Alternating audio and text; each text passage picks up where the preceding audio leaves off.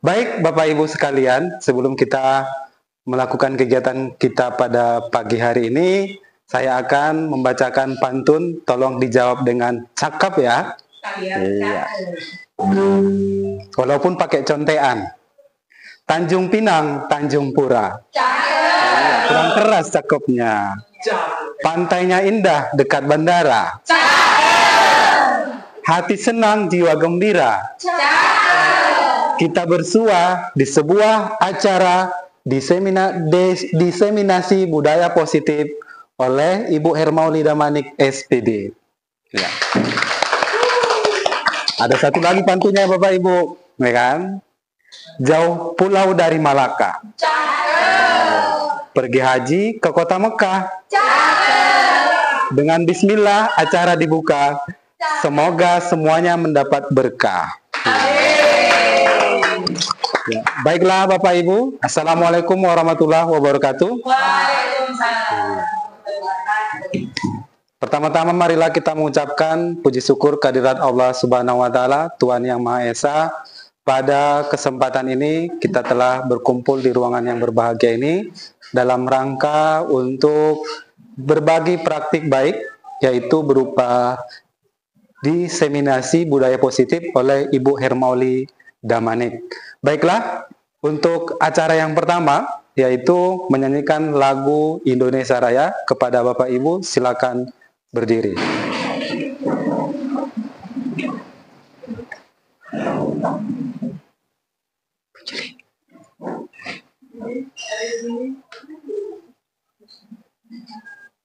Sini aja.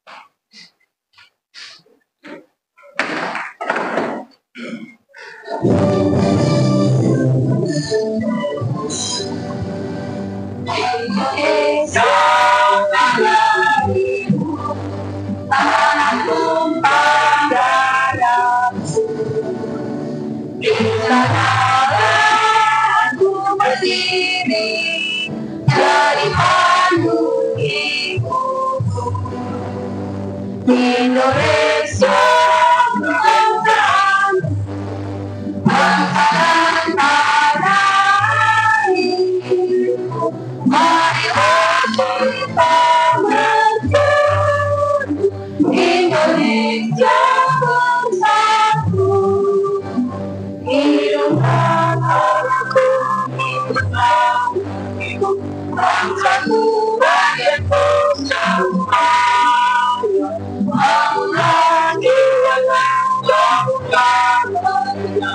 Untuk Indonesia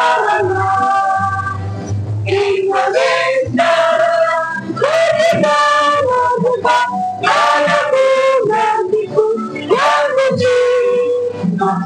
Indonesia merdeka merdeka, hiduplah Indonesia. Indonesia merdeka merdeka, tanahku negeriku yang tercinta. Indonesia merdeka merdeka, hiduplah Indonesia Raya. Bapak Ibu dipersilakan untuk duduk kembali.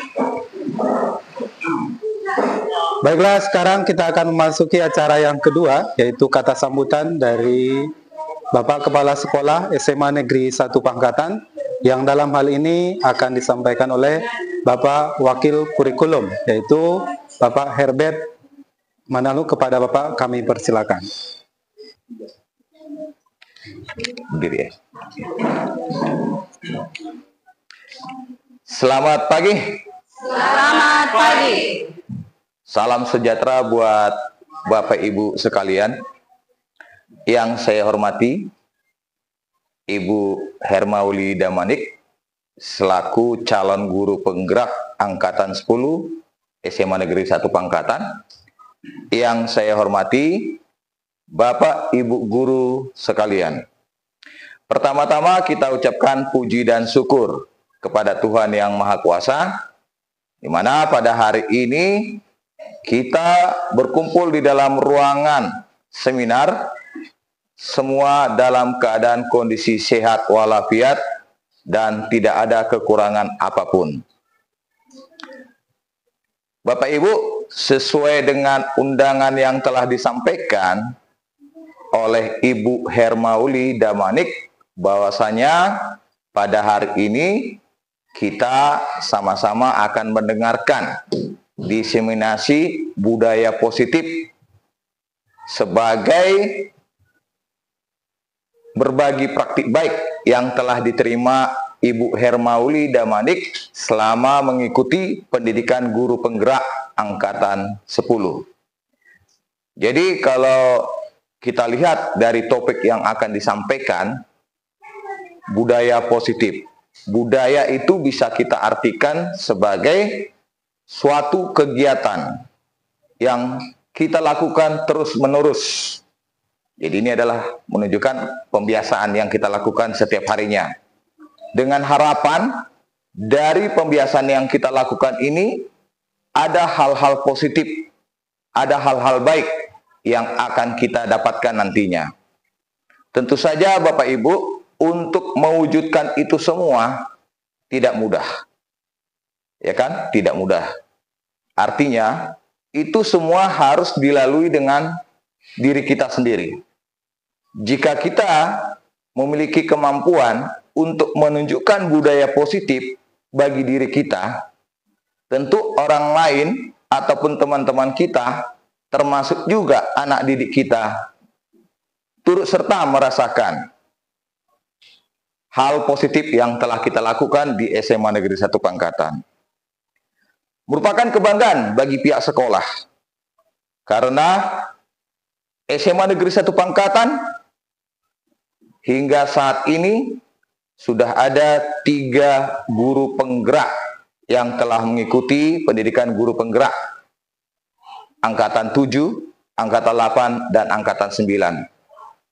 Dan lanjut menjadi pengajar praktik. Dan tidak hanya itu saja, akibat dari motivasi dari rekan-rekan yang telah menjadi guru penggerak, maka tahun ini bertambah lagi 3 guru SMA Negeri 1 Pangkatan yang terpanggil untuk menjadi calon guru penggerak. Dalam hal ini, saya mewakili kepala sekolah mengucapkan selamat kepada Bapak Ibu yang telah dipanggil untuk mengikuti calon guru penggerak angkatan 10. Ibu Hermauli, Ibu Irmawanti, dan Bapak Francisco Simanjuntak. Besar harapan kita semua, ya, bukan hanya saya secara pribadi, kita semua, guru dan juga murid. Dengan adanya kegiatan pendidikan guru penggerak ini, itu dapat memberikan suatu motivasi bagi kita untuk tergerak, bergerak, dan menggerakkan. Sehingga sekolah kita ini menjadi lebih maju dan berkembang. Tentu hal yang paling utama itu adalah karakter. Karena pada dasarnya Bapak Ibu sekalian, tidak akan mungkin peserta didik akan bisa maju berprestasi jika tidak didasari oleh karakter. Nah, oleh karena itu Bapak Ibu, ini adalah merupakan langkah awal yang baik. Karena pada hari ini kita sama-sama akan mendengarkan praktik baik yang telah diterima oleh Ibu Hermauli Damanik selama mengikuti pendidikan guru penggerak. Kita akan dengarkan bersama-sama bagaimana budaya positif yang telah diterima oleh Ibu Hermauli tersebut, sehingga dengan demikian dapat ditindaklanjuti untuk kita semua, termasuk peserta didik. Karena sesuai dengan apa yang diharapkan oleh Ki Hajar Dewantara, ya, melalui filosofisnya, bahwasanya sekolah itu diibaratkan adalah merupakan lahan yang di dalamnya terdapat padi dan petani. Nah, jadi padi ini kita maksudkan adalah murid, sementara petani adalah merupakan aktor yang akan memelihara, merawat bagaimana supaya padi ini bisa tumbuh dengan subur. Nah, ini adalah menjadi tantangan bagi kita semua. Bagaimana ke depannya agar padi yang kita tanam tadi, bibitnya, benihnya, itu bisa membuahkan hasil yang baik. Ya, baik itu dalam keadaan kondisi tanah yang tidak subur ataupun subur. Nah, ini adalah merupakan tugas bagi kita semua. Bagaimana supaya anak-anak kita ini bisa berkembang menurut kodratnya. Kodrat alam dan kodrat zaman. Dan harapan kami juga selaku pihak sekolah, dengan adanya diseminasi budaya positif ini, bisa menggerakkan kepada Bapak Ibu guru sekalian yang belum mendapatkan kesempatan untuk menjadi calon guru penggerak. Jadi setelah ini nanti Bapak Ibu guru semua yang telah hadir di ruangan ini dapat menjadi calon-calon guru penggerak di angkatan berikutnya.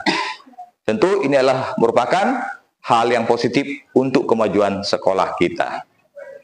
Baik, Bapak Ibu, itu sebagai pengantar dari saya untuk membuka secara resmi diseminasi budaya positif. Izinkan saya membacakan pantun. Jalan-jalan ke Labuan Batu, jangan lupa singgah ke Simpang Mangga. Atas izin Bapak Ibu guru. Dengan ini kegiatan diseminasi budaya positif resmi saya buka.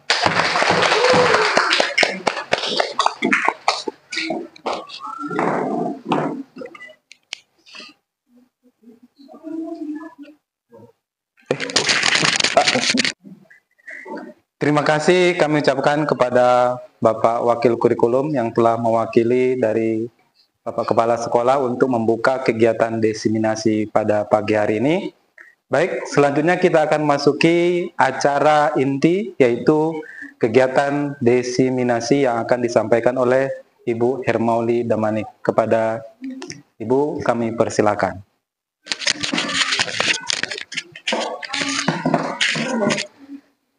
Terima kasih Bapak Abdul Manan sebagai moderator untuk kegiatan kita hari ini atas kesempatan yang diberikan. Selamat pagi. Selamat pagi. Kurang semangat ya? Selamat pagi Bapak Ibu. Selamat pagi. Oke, terima kasih buat semangatnya. Pertama sekali, marilah kita memanjatkan puji dan syukur kehadirat Tuhan Yang Maha Esa, di mana atas berkat rahmat dan karunia-Nya kita boleh berkumpul di tempat ini, diberikan cuaca yang baik pada hari ini, diberikan kita kesempatan, kesehatan yang luar biasa, sehingga kita dengan semangat kita boleh meluangkan waktu kita untuk hadir di sini untuk mendengarkan bersama-sama pengimbasan tentang diseminasi budaya positif. Yang saya hormati Bapak Kepala Sekolah yang dalam hal ini diwakili oleh Wakil Kurikulum Bapak Herbert Manalu. Yang saya hormati Bapak Ibu Guru Penggerak SMA Negeri 1 Pangkatan, ada Bapak Abdul Manan, Bapak Herbert, dan Ibu Ida. Dan yang saya hormati Bapak Ibu Guru sekalian yang telah hadir di tempat ini. Pada saat ini saya di sini berdiri adalah dengan maksud, dengan tujuan untuk berbagi praktik baik tentang materi budaya positif, di mana materi ini kami dapatkan pada modul 14 kegiatan pendidikan guru penggerak. Nah, kegiatan ini juga menjadi salah satu bentuk penyelesaian tugas sebagai aksi nyata untuk modul 14 tentang budaya positif. Baiklah Bapak Ibu, demikian perkenalan singkat dari saya, pengenalan singkat dari saya.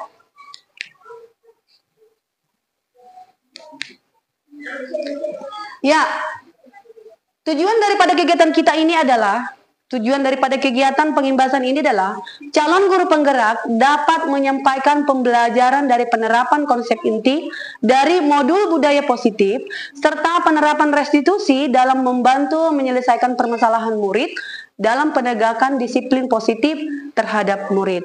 Jadi tujuannya ini bagi saya adalah ini CGP, berarti saya di sini ya.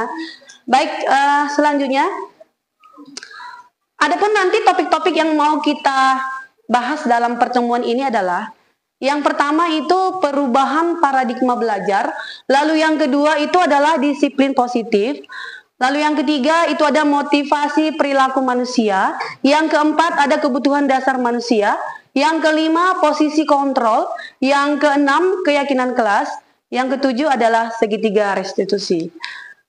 Baik, sebelum kita lanjutkan kegiatan ini, sebelum kita lanjutkan materi ini, marilah kita saksikan dulu tayangan video berikut.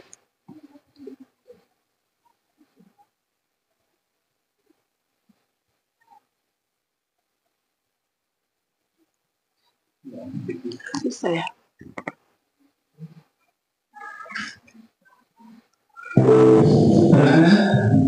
Minggu kemarin kita telah belajar tentang binatang bawahnya. Coba, apa arti binatang bawahnya itu? Sama apa? Ini nggak ada yang tahu ya? Jadi kalian tidak ada yang belajar. Mamalia ialah binatang yang menyusui.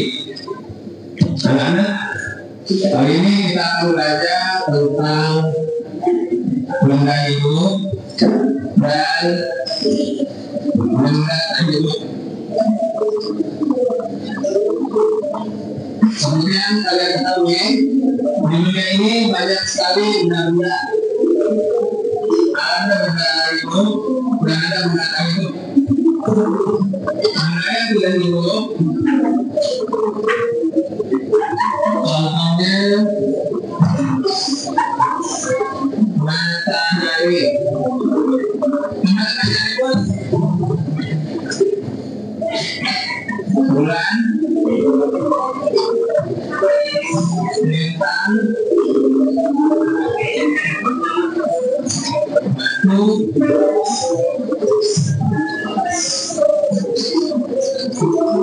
Perhatikan contoh benda hidup adalah ikan, sapi, ayam, dan lain-lain. Kemudian perhatikan ya, maksudnya menangkap.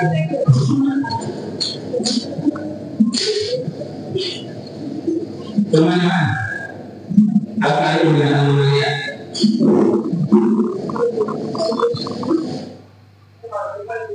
Mamalia adalah mamalia.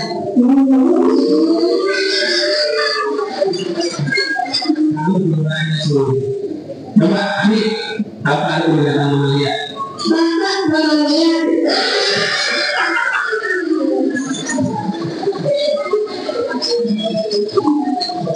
Udah lagi kecil, mana waktunya pada membantu lagi. Oke, demikian dia ya. Sama perasaannya ya Bu ya. Kira-kira sama perasaan kita dengan beliau tadi ya. Baiklah Bapak Ibu, demikian tayangan singkat tadi ini, itu adalah sebuah video inspiratif buat kita. Jadi kita punya kesimpulan tersendiri dengan video itu. Sebelum kita lanjutkan materi berikutnya, saya mau apa dulu lah kayaknya ini ya. Semangatnya kurang semangat dari tadi ya. Coba dulu kasih dulu tepuk semangat, Bu Dewi. Tepuk semangat ya. Tepuk semangat, ada yang bisa tepuk semangat? Gimana tepuk semangat Bu Irma? Berdiri aja lah, semangat. Semangat dulu ya. Kopi tidak semangat. Iya. Tepuk semangat. Semangat. Oke. Sekali lagi ya. Ya. Tepuk semangat. Semangat.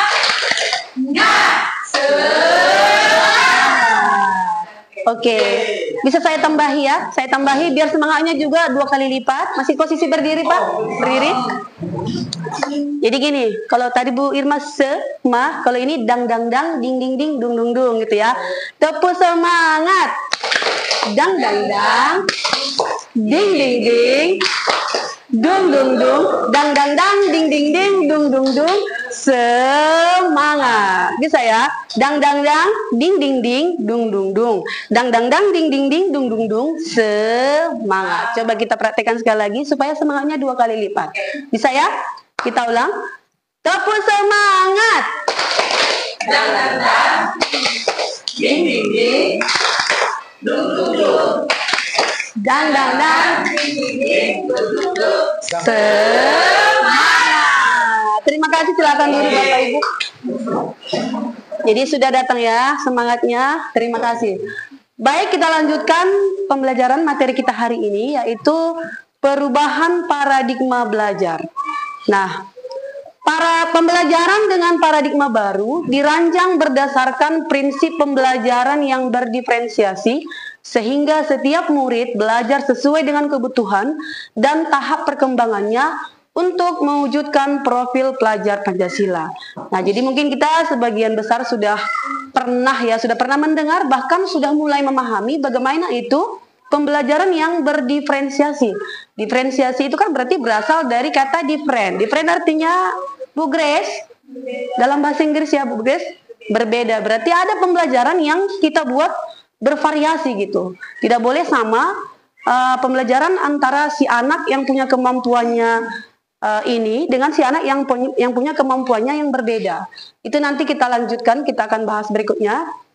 Nah, dengan pembelajaran yang berdiferensiasi ini, maka untuk mewujudkan profil pelajar Pancasila, akhirnya nanti pelajar-pelajar yang menunjukkan profil pelajar Pancasila ini menunjukkan ada 7 dimensi. Inilah yang menjadi dimensi profil pelajar Pancasila. Yang pertama itu adalah dimensi beriman dan bertakwa terhadap Tuhan Yang Maha Esa dan berakhlak mulia. Lalu yang kedua, pelajar yang berkebinekaan global. Jadi artinya pelajar ini tidak lagi berpikiran secara sempit, tetapi mereka punya pemikiran yang luas, bisa menerima perbedaan. Lalu yang ketiga adalah dimensi bergotong royong. Jadi ini kan gotong royong termasuk budaya kita dari dulu ya Bapak Ibu ya. Ini termasuk ini adalah seperti warisan, tradisi dari nenek moyang kita. Bahwasanya bergotong royong itu adalah sangat kita gemari dari dulu. Lalu yang keempat itu adalah kreatif. Jadi anak-anak sekarang memang sudah sesuai dengan kecakapan abad 2021, abad 21. Anak-anak itu tidak lagi dituntut secara pintar secara akademis, tetapi mereka juga harus kreatif. Kalau tidak, ya itu tadi, mereka akan tidak bisa mengikuti ataupun tidak bisa memiliki daya saing dengan bangsa luar. Lalu yang kelima, dimensi bernalar kritis. Jadi tidak heran ya Bapak Ibu ya, ketika kita masuk ke dalam kelas, gini, kita bandingkan gitu misalnya dengan pengalaman kita di masa seusia mereka dulu. Saya juga dulu SMA kayak kamu. Kami dulu waktu SMA nggak berani melawan sama guru. Dilihat guru, kita lihat dari jauh saja ada guru, kita langsung ini dari jauh sudah begini. Kalau kamu sekarang, guru ngomong, kamu menjawab. Ya. Terkadang gini Bapak Ibu, kita harus apa juga ya, harus bisa juga melihat anak-anak ini karena mereka memang sudah mulai bernalar kritis. Kadang-kadang kita kesannya seperti mereka itu apa ya, kayak misalnya arogan ataupun tidak tahu etika. Terkadang tidak. Jadi kita harus bisa hati-hati juga sebagai seorang guru mengesampingkan antara anak yang kritis dengan yang anak arogan. Jadi kalau kita lihat memang anak-anak sekarang itu, apalagi kita di kelas-kelas yang IQ-nya memang lumayan, di situ kan dia lebih kritis di situ. Bukan berarti mereka melawan kepada guru, tetapi karena itulah apa tadi ya, itulah mungkin efek daripada IQ-nya itu sejalan dengan tingkat kritisnya. Lalu yang keenam itu adalah dimensi mandiri. Jadi ya apabila kita dengan pembelajaran berdiferensi yang kita terapkan di dalam kelas, inilah harapan-harapan kita. Murid ataupun peserta didik yang kita ajari itu akan menunjukkan dimensi-dimensi profil pelajar Pancasila seperti yang ke-7 tadi, yang 6 tadi. Selanjutnya, perubahan paradigma teori kontrol ataupun disebut sebagai ilusi kontrol. Jadi kalau dikatakan dia ilusi itu apa itu ilusi ya Bapak Ibu ya? Kira-kira apa itu ilusi? Hayalan ya, hayalan. Kadang-kadang kita punya hayalan ataupun cara pandang yang berlebihan untuk menanggapi sesuatu. Nah, jadi ada beberapa ilusi yang perlu kita hilangkan. Yang pertama itu adalah ilusi bahwasanya guru mengontrol murid. Lalu yang kedua, ilusi bahwa kritik dan membuat orang merasa bersalah dapat menguatkan karakter. Ini yang kita miliki selama ini ya. Lalu yang ketiga, ilusi bahwa semua penguatan positif, efektif dan bermanfaat. Yang keempat, ilusi bahwa orang dewasa memiliki hak untuk memaksa. Nah, jadi ilusi-ilusi ini perlu kita hilangkan karena tidak sesuai dengan zamannya sekarang ini ya. Baiklah, di sini karena pelajarannya juga, materi kita juga akan semakin seru. Kita awali dulu dengan ice breaking. Baiklah Bapak Ibu, silakan berhadapan-hadapan, berdua satu orang. Silakan berhadapan-hadapan. Berdua, satu kelompok berdua. Oke. Iya, berdiri. Anda, mari kita sama-sama ikuti instruksi yang di depan. Anda dan teman Anda adalah mengepalkan salah satu tangan Anda. Coba si A dikepalkan tangannya sekuatnya. Bayangin di dalam kepalan ini ada sebuah benda yang sangat berharga. Benda yang sangat berharga. Oke? Jadi Anda perlu menjaga barang ini karena ini menyangkut hidup mati Anda. Jadi harus dijaga dengan ketat ya. Tugas rekan Anda ataupun si B adalah mencoba dengan segala cara untuk membuka kepalan tangan si A. Jadi teman B dengan berbagai cara, boleh dengan membujuk, boleh dengan menggelitik, atau boleh dengan mengintimidasi, boleh, atau dengan menggoda, bahkan mungkin mengiming-imingi sesuatu bagaimana supaya si A membuka kepalan tangannya. Oke, silakan Bapak Ibu. Paksa dibuka pun boleh.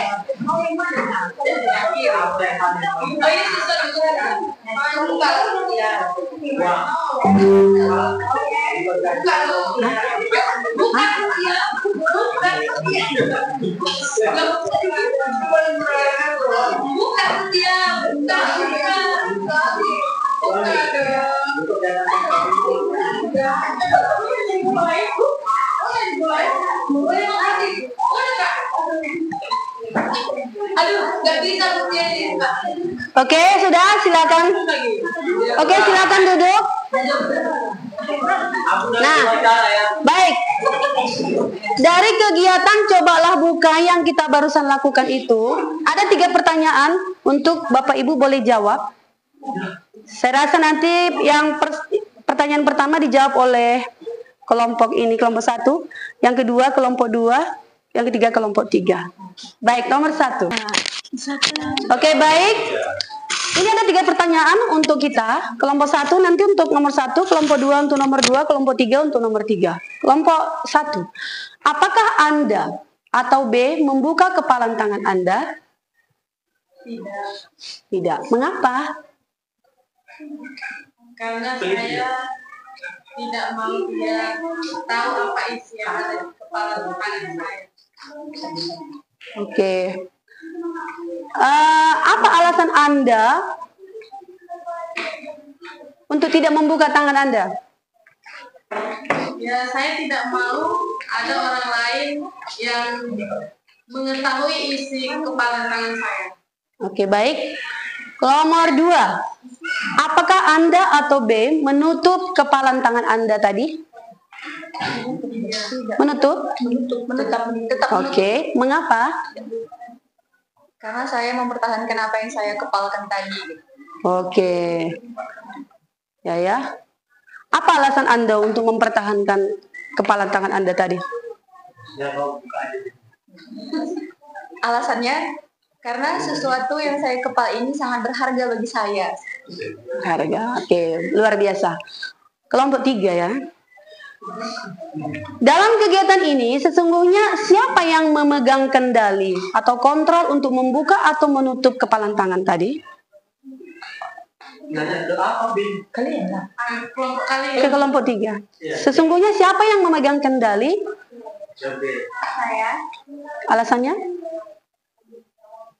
Karena saya punya tangan.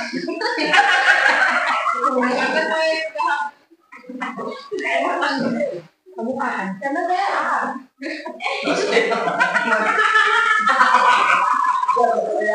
Oke, baik. Jadi bisa kita simpulkan dari permainan yang barusan kita lakukan adalah yang memegang kontrol atas kepalan tangan kita, apakah kita membuka atau menutup kepalan tangan kita, itu tergantung pada diri kita masing-masing, sesuai dengan kebutuhan dasar kita saat itu juga. Baik, kita lanjutkan Bapak Ibu. Materi kita yang berikutnya adalah tentang disiplin. Apa sih itu disiplin? Mungkin ada Bapak Ibu yang bisa menjelaskan. Ya, Bu Jenny, apa itu disiplin? Tepat waktu. Iya, luar biasa. Mungkin Bu Dewi, apa itu disiplin? Menurut saya disiplin itu tepat waktu. Sesuai dengan prosedur.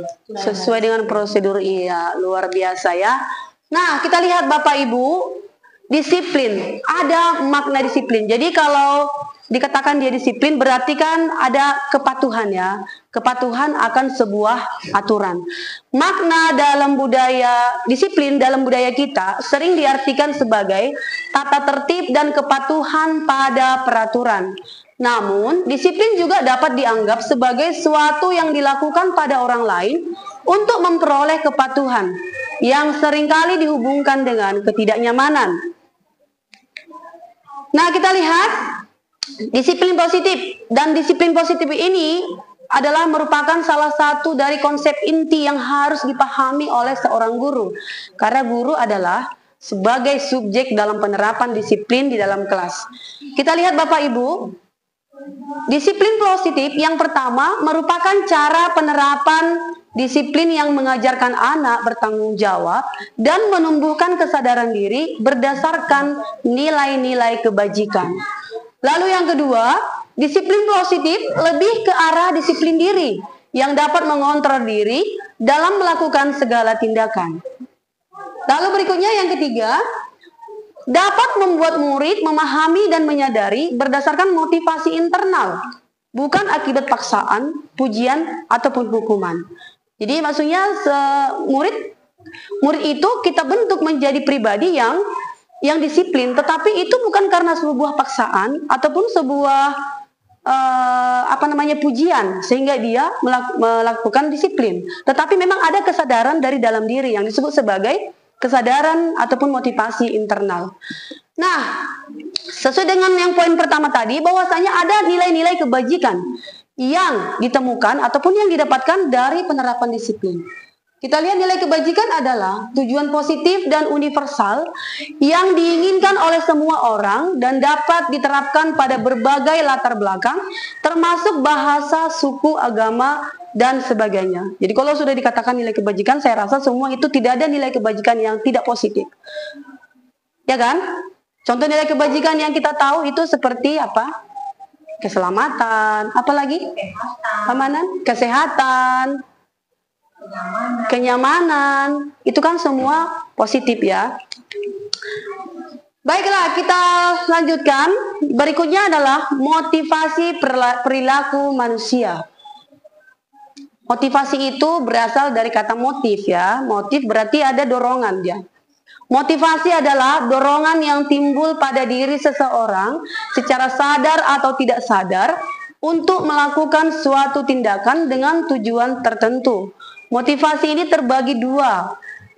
Ada motivasi ekstrinsik dan ada motivasi intrinsik.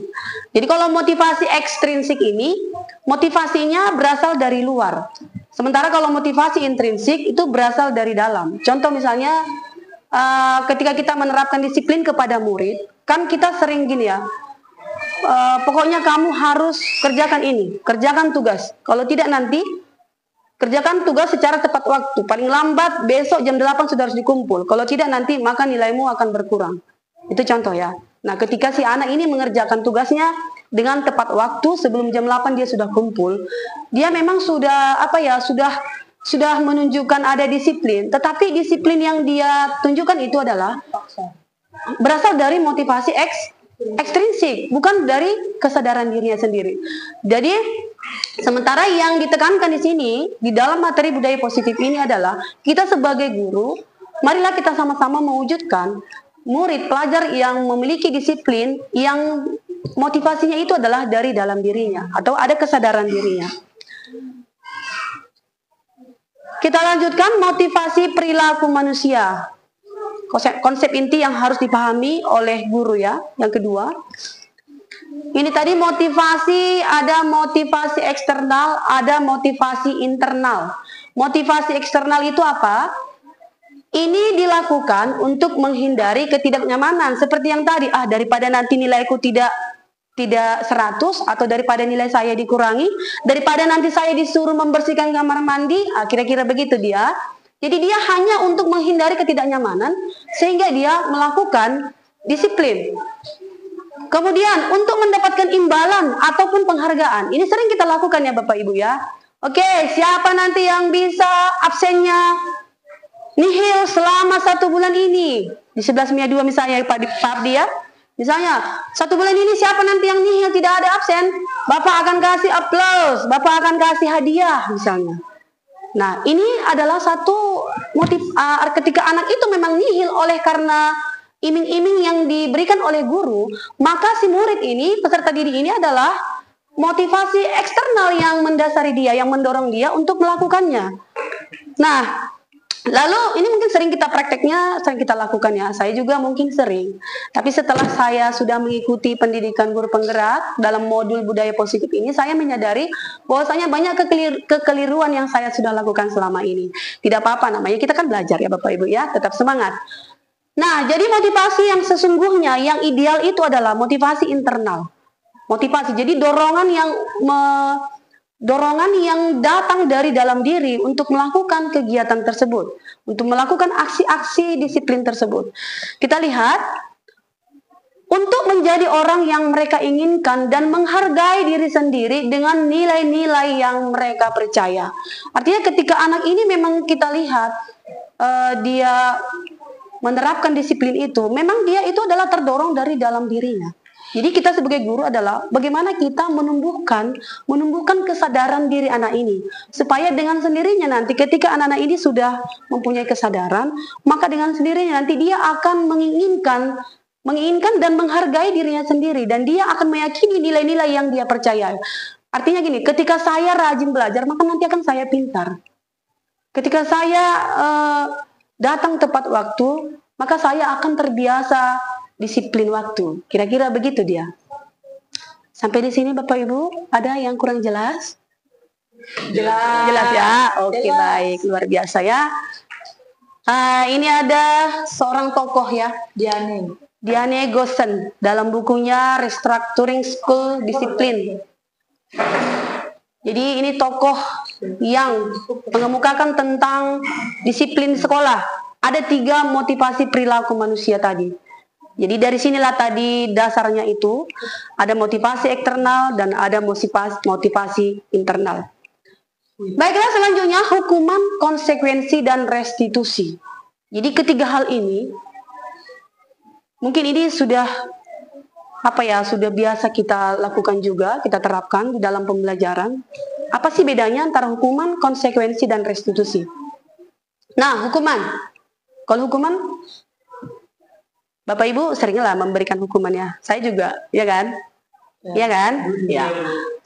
Jadi kita lihat apakah itu baik untuk perkembangan anak atau tidak. Kita lihat hukuman. Hukuman bersifat menyakitkan, tidak nyaman. Biasanya spontan, murid takut, memaksa, murid membenci peraturan, murid menjadi rendah diri. Konsep dirinya menjadi buruk. Nah, kalau kita misalnya selama ini kan ketika anak terlambat, kita suruh misalnya membersihkan kamar mandi.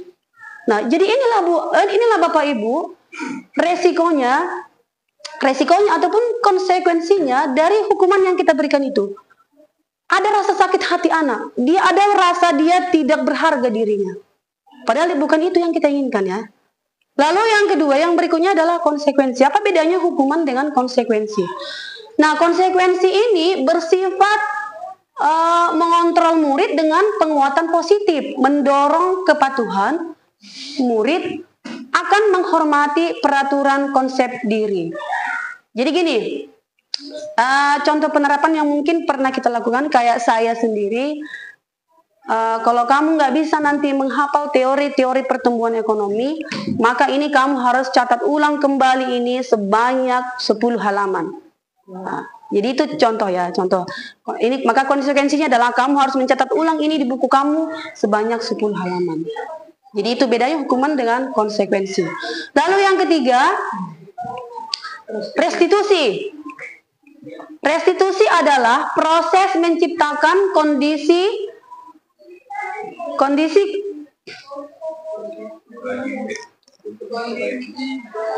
baik.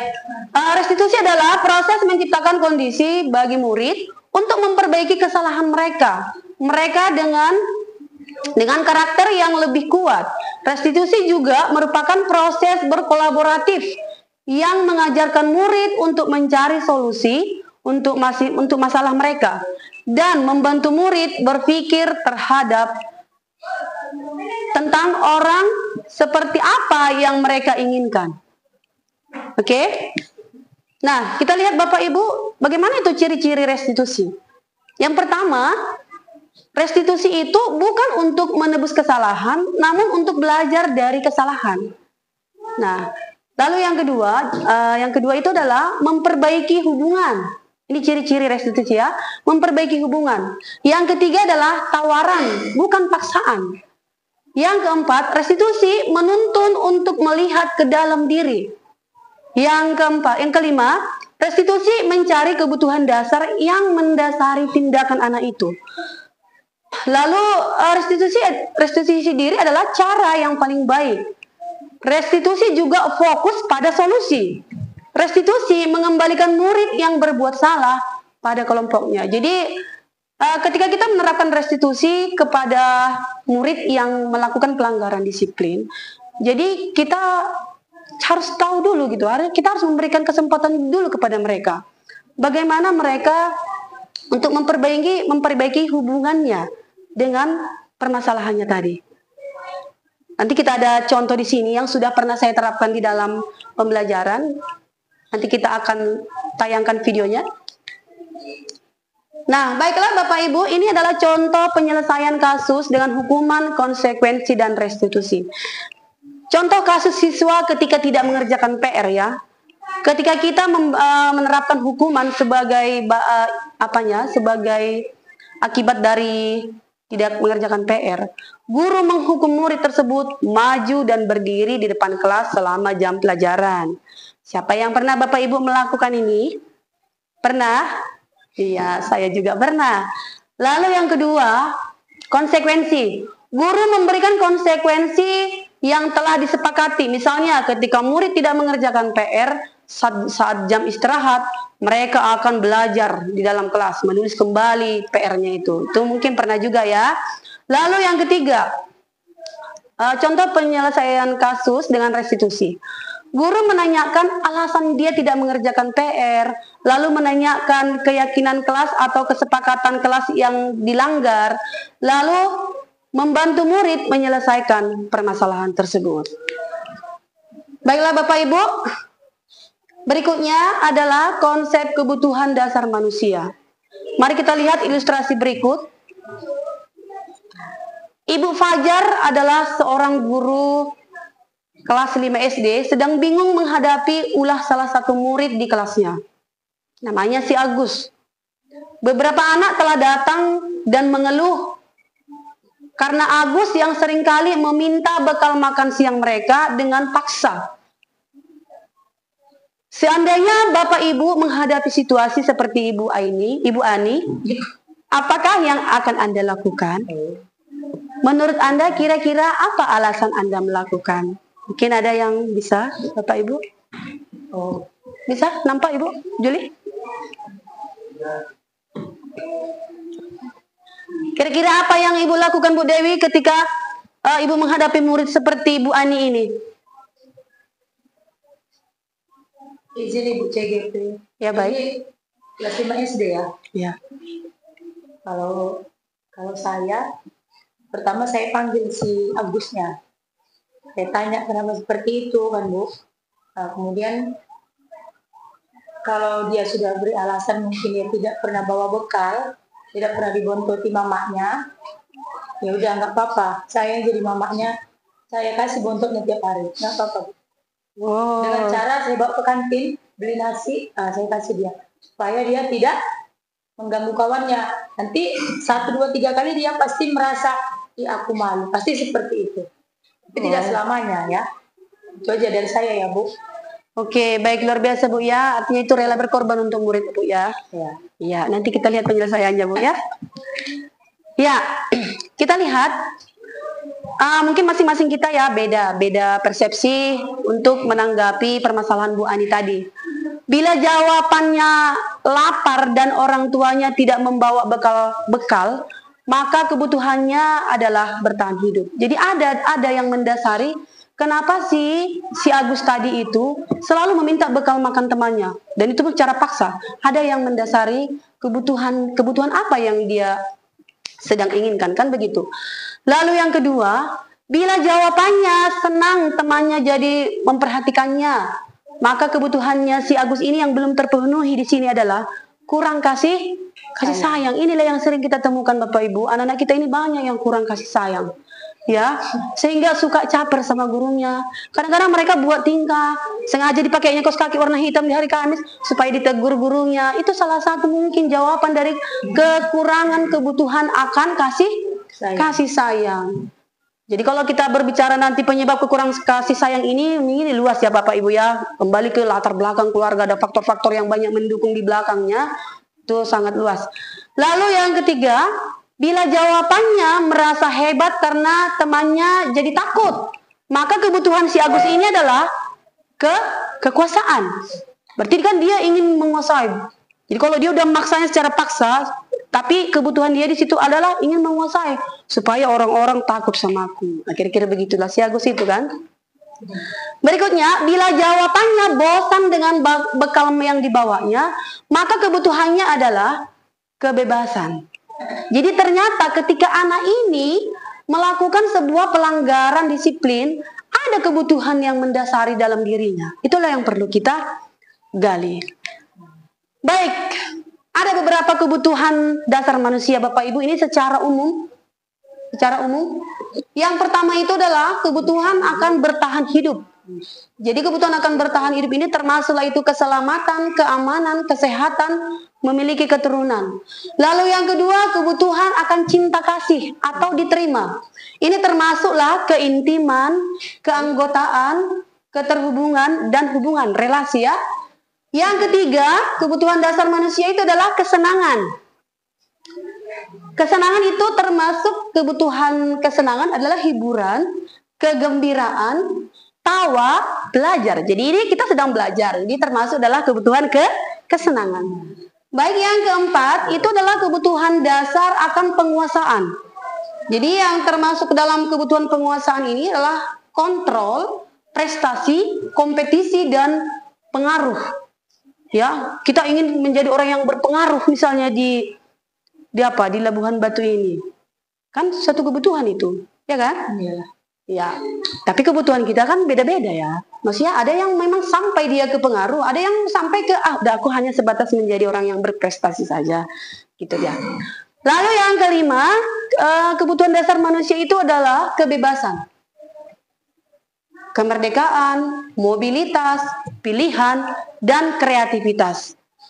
Ya, sampai di sini Bapak Ibu bisa dipahami ya? Bisa. Oke, kita lanjut. Lanjut ya. Baiklah. Baiklah. Berikutnya kita lihat Bapak Ibu ada posisi kontrol seorang guru. Gimana posisi kita pada saat kita menghadapi murid yang melakukan pelanggaran disiplin tadi? Ada sebagai penghukum, ada sebagai teman, ada sebagai pembuat merasa bersalah, dan ada juga yang sebagai pepantau. Lalu yang kelima itu ada sebagai manajer. Kita lihat Bapak Ibu, penghukum. Seorang penghukum bisa menggunakan hukuman fisik maupun verbal. Pada saat ini senantiasa mengatakan bahwa sekolah memerlukan sistem atau alat yang dapat lebih menekan murid-murid lebih dalam lagi. Guru-guru yang menerapkan posisi penghukum akan selalu berkata, kamu selalu saja salah. Selalu, pasti selalu. Yang terakhir, selesai. Gitu ya. Artinya gini, ketika kita menempatkan diri kita sebagai penghukum, maka kita selalu memberikan sesuatu tugas yang baru kepada anak sebagai resiko daripada pelanggaran disiplin yang dia lakukan. Lalu yang kedua, kita menempatkan diri kita sebagai posisi pembuat merasa bersalah. Kalau ini saya sendiri pernah mengalami ya, mungkin sering gitu. Karena saya berpikir dulu, sebelumnya saya berpikir ketika si anak ini sudah merasa bersalah dengan apa yang dilakukan, maka dia akan membaik ke depannya. Ternyata tidak seperti itu. Pada posisi ini biasanya guru bersuara dengan lembut.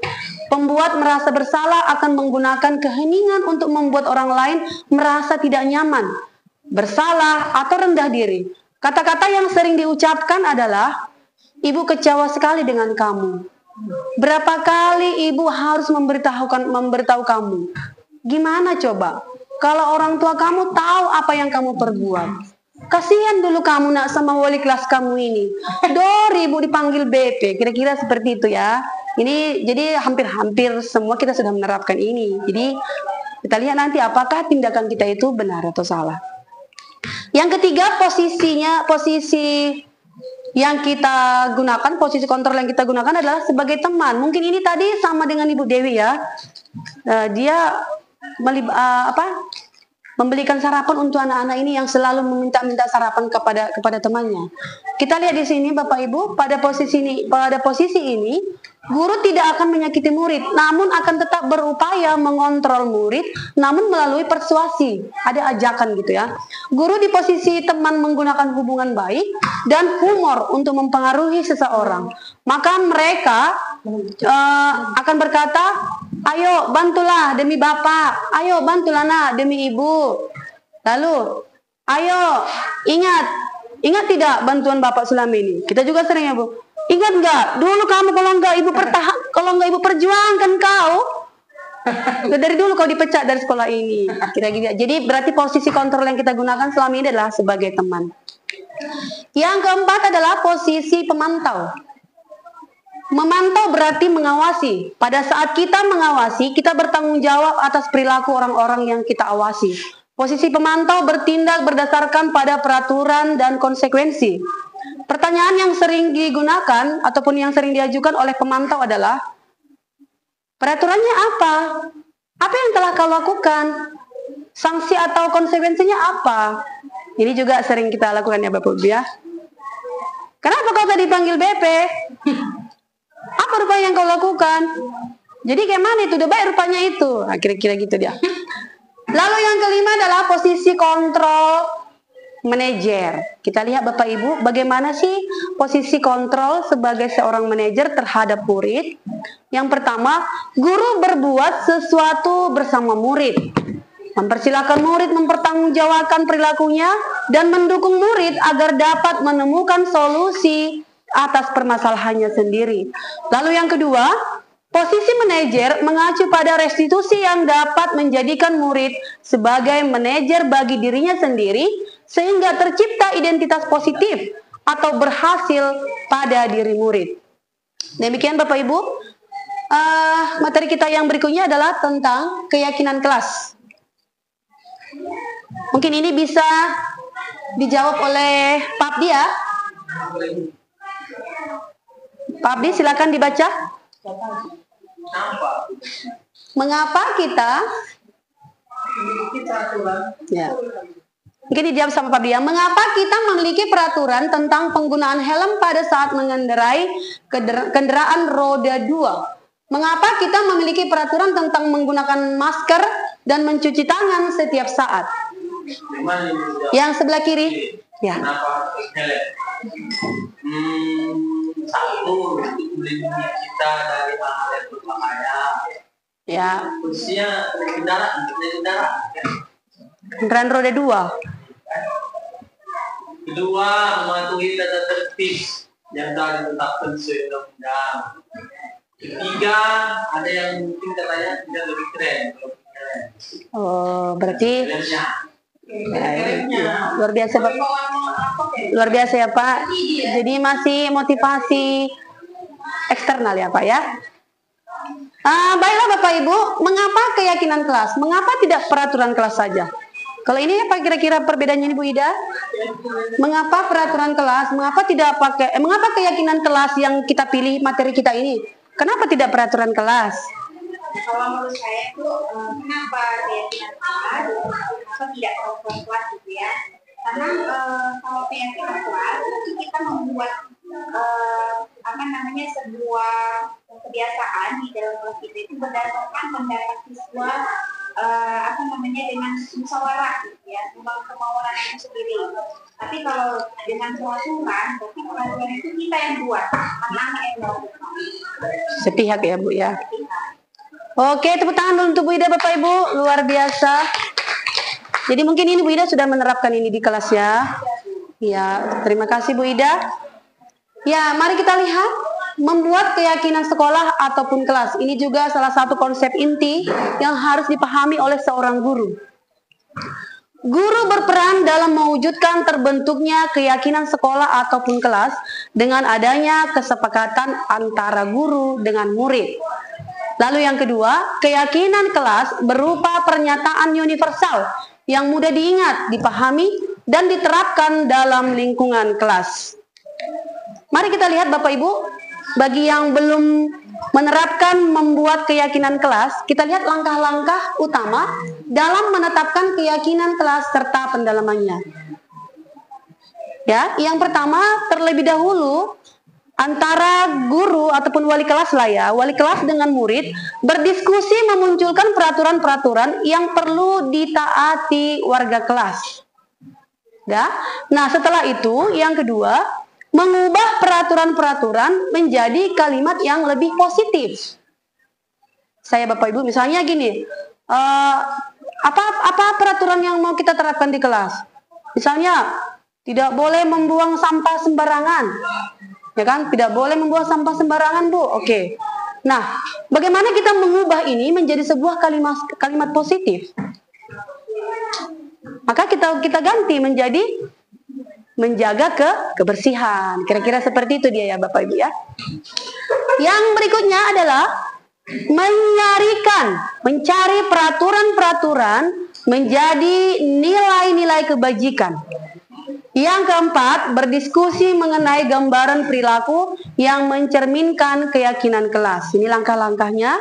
Lalu setelah berdiskusi mengenai gambaran perilaku yang mencerminkan keyakinan kelas, lalu berdiskusi mengenai peran seluruh warga kelas. Ini termasuklah ini nanti pembagian tugas-tugas dalam kelas itu.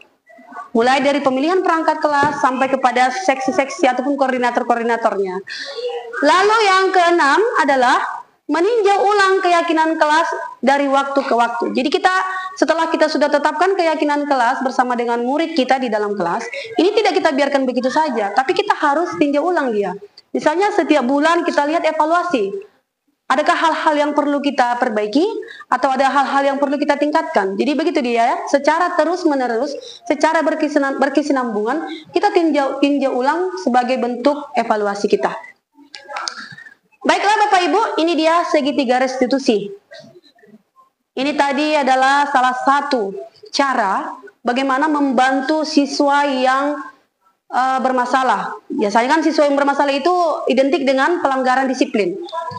Kita lihat Bapak Ibu, dan ini harus dipahami oleh seorang guru. Guru berperan sebagai manajer menggunakan segitiga restitusi dalam penyelesaian masalah.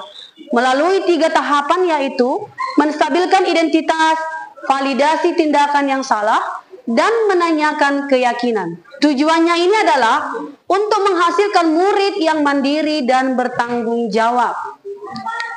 Kita lihat Bapak Ibu, ini dia segitiga restitusi. Segitiga restitusi ini kita pakai dengan posisi kontrol yang kita pilih itu tadi adalah posisi sebagai manajer. Jadi ketika kita sudah memilih posisi kontrol kita sebagai manajer dalam membantu permasalahan murid, maka solusinya adalah segitiga restitusi untuk membantu menyelesaikan masalah murid tersebut. Kita lihat seperti ini. Validasi tindakan yang salah. Kamu tentu punya alasan mengapa kamu melakukan itu. Nah, itu perlu ditanyakan kepada si murid ketika mereka berbuat sebuah kesalahan. Lalu kita lihat adakah cara yang lebih efektif untuk mendapatkan apa yang kamu butuhkan.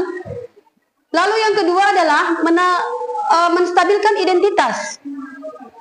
Setiap orang pasti pernah melakukan kesalahannya. Jadi ini perlu kita tekankan kepada murid. Ketika murid melakukan pelanggaran disiplin, kita harus menstabilkan identitas dia dengan cara, ya memang semua orang pasti pernah berbuat salah. Tetapi jangan kita stay di kesalahan itu. Kita harus belajar dari kesalahan. Kira-kira seperti itu. Kamu bukan satu-satunya orang yang pernah begini.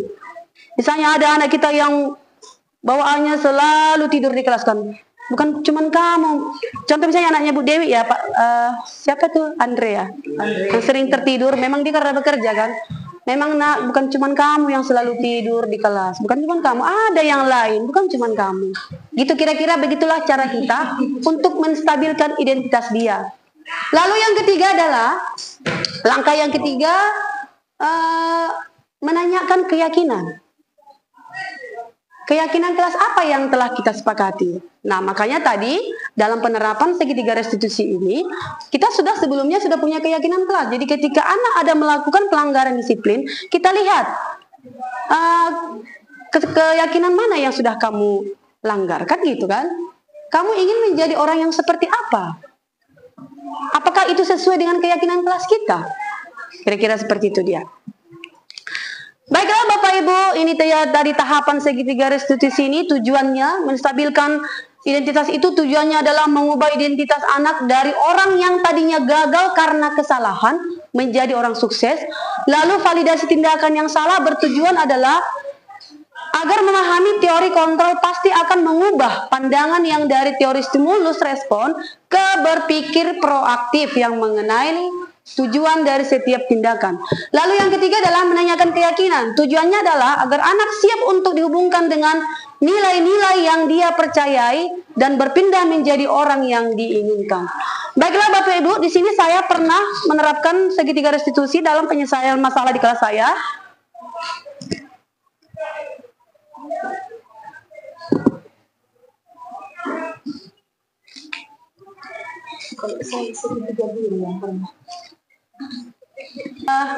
Ketiga segitiga restitusi saya pakai dan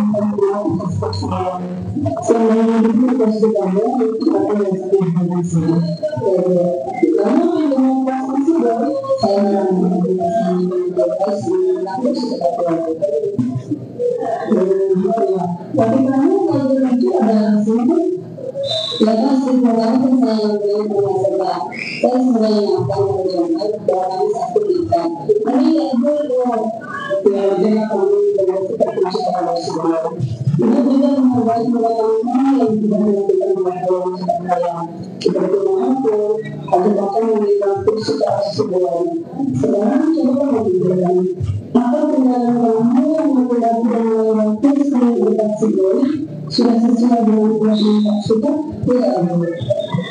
Menurut kami, kegiatan apa yang berhubungan bercita-cita dan mengalami petunjuk.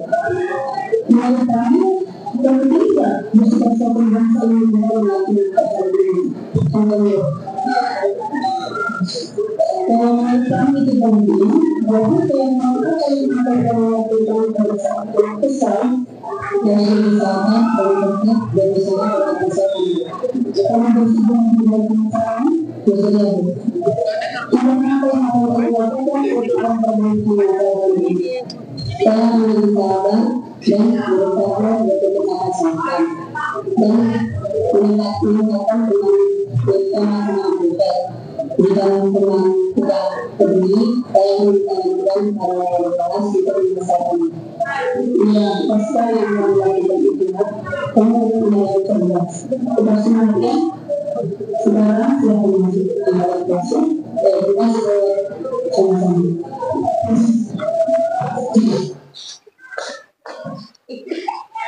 Oke, tayangan contoh daripada penerapan segitiga restitusi ketika di kelas saya itu ada anak yang berantem, Bapak Ibu ya. Berantem karena kawannya tidak piket, dia saja terus yang piket, padahal sudah diingatkan, kira-kira begitu dia. Nah, baiklah Bapak Ibu, kita lihat setelah saya menerapkan restitusi ini untuk mengatasi permasalahan murid yang berantem tadi, lalu saya tanya tanggapan murid itu, si anak yang saya panggil tadi. Kita lihat Bapak Ibu. Selamat pagi bagi membaca waktu semua. Perkenalkan nama saya Diana dari kelas PS2. Saya sangat senang belajar dari diskusi oleh para kelas untuk dapat mengendalikan diri dari anggaran karena penyakit kemampuan. Saya belajar banyak, bersabar, dan mengajar dengan. Terima kasih. Iya, jadi itu dia Ibu, ya Bapak Ibu ya. Setelah dia saya panggil ke satu ruangan, nah hasilnya adalah si anak ini, yang namanya tadi Mutiara ini memiliki kesadaran dia, oh ternyata aku masih orangnya kurang sabar.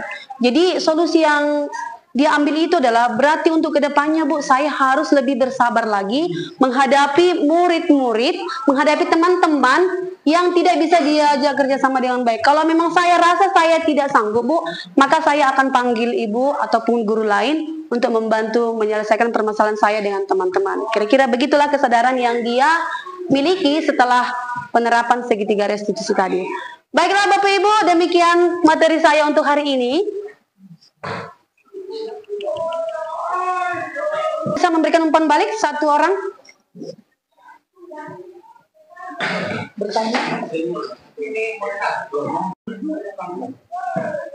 Selamat pagi menjelang siang. Saya Siti Zubaidah, peserta dari diseminasi budaya positif yang disampaikan oleh Ibu Hermauli Damanik SPD.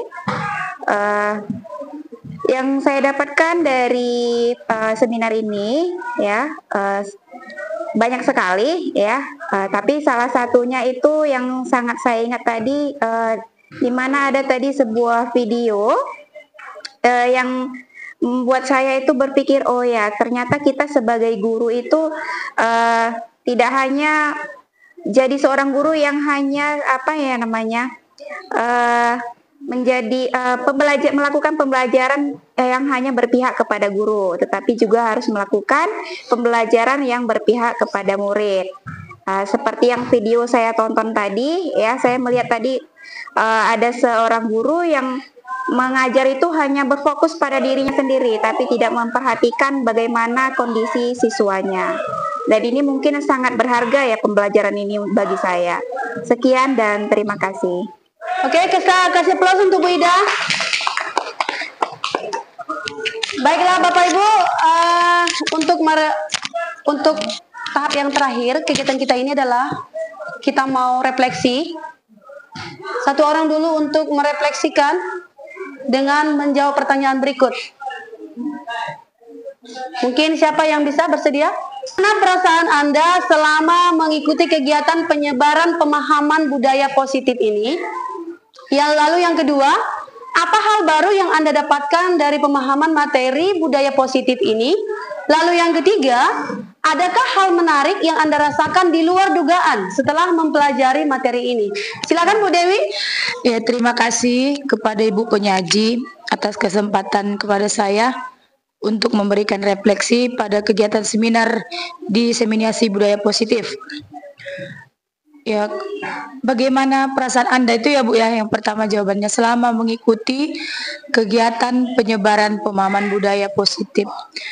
tadi sebelum masuk ruangan ini Bu, perasaan saya memang biasa-biasa saja gitu ya Bu. Tapi setelah mengikuti ternyata enak ya. Dan saya bahagia. Tepuk tangan dong ibu-ibu, Bahagia ya? bapak-bapak ya. Bahagia Bu, karena kita di sini bisa tertawa ya. Kemudian yang kedua, hal baru yang saya dapatkan dari materi budaya positif ini adalah saya sudah memahami konsep-konsep inti dalam penerapan budaya positif. Contohnya ya Bu, posisi kontrol, kemudian motivasi, keyakinan kelas, dan segitiga restitusi. Nah, seperti itu Bu. Nah, yang untuk pertanyaan ketiga, hal menarik yang saya rasakan di luar dugaan gitu ya Bu. Ternyata setelah saya mempelajari ikut seminar ini, saya mempelajari motivasi perilaku manusia itu berupa penghargaan ternyata bisa bisa membuat kesenjangan, seperti misalnya memberikan hadiah seperti Ibu katakan tadi. Nanti ada siswa lain, saya nggak dapat seperti itu. Jadi menurut saya itu kurang relevan, kurang efektif dengan peserta didik kita. Bisa-bisa nanti mereka ya udahlah kau aja lah, aku aja. Seperti ada kesenjangan seperti itu ya Bu. Nah, bisa mematikan kreativitas seperti itu. Terima kasih Bu, itu saja dari saya. Oke, kasih aplaus untuk Bu Dewi. Ya Bu ya, sama ya. Sudah bagus ya. Sampai anak kita pun di rumah. Nanti kalau kamu juara, mama belikan sepeda. Ternyata itu tidak baik ya. Baiklah Bapak Ibu, demikian kegiatan diseminasi budaya positif kita hari ini. Saya Hermaulida Manik, calon guru penggerak Angkatan 10 SMA Negeri 1 Pangkatan, mengucapkan terima kasih atas partisipasinya Bapak Ibu yang telah meluangkan waktunya untuk hadir pada kegiatan ini. Semoga apa yang telah saya sampaikan boleh bermanfaat buat kita semua. Saya sudahi, selamat pagi, salam sejahtera buat kita semua.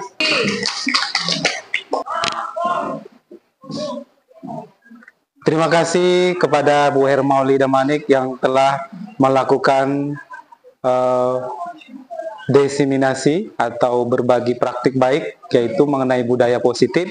Mudah-mudahan kita sebagai peserta dapat mengambil beberapa poin penting yang akan kita terapkan nanti di sekolah kita untuk bisa mewujudkan merdeka belajar.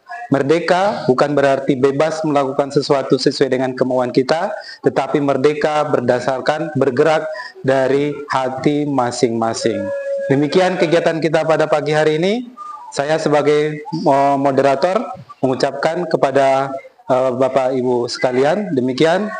Wabillahi taufiq wa hidayah. Assalamualaikum warahmatullahi wabarakatuh. Selamat pagi.